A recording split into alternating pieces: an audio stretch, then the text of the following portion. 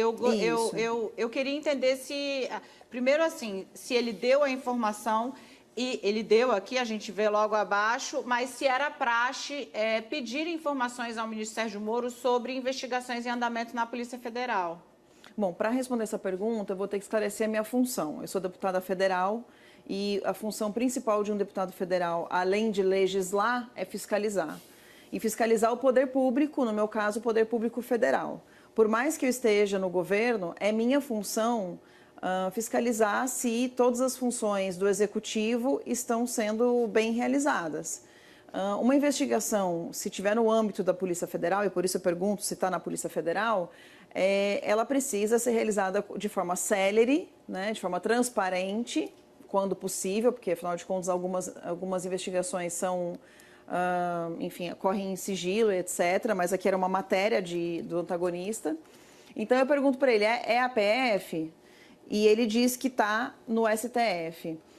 Depois disso tem uma outra matéria, ele manda aqui uma matéria do Globo, mas eu confiro, confiro, e eu fico sabendo que o PGR solicita, no dia seguinte, eu não mandei isso para o Moro, mas se vocês podem verificar depois, que o próprio Procurador-Geral da República pede para que a Polícia Federal retome as investigações em relação ao presidente da Câmara, Rodrigo Maia.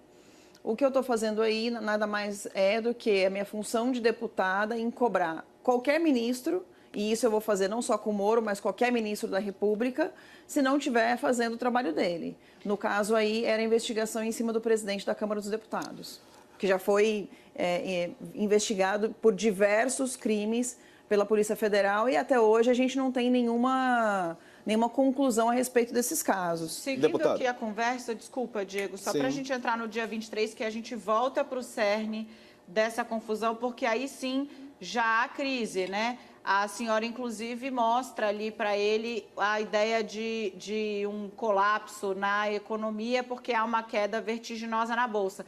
E aí o ministro já parece bem reticente a conversar de uma maneira mais alongada, eu diria assim, né, Sarza?